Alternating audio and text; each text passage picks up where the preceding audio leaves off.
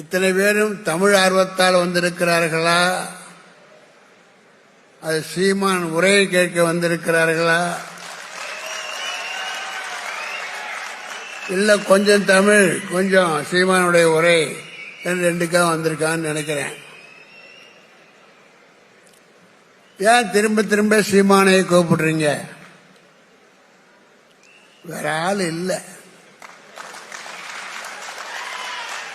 இன்றைக்கு தமிழ்நாட்டில் தமிழை பற்றி பேசுவதற்கும்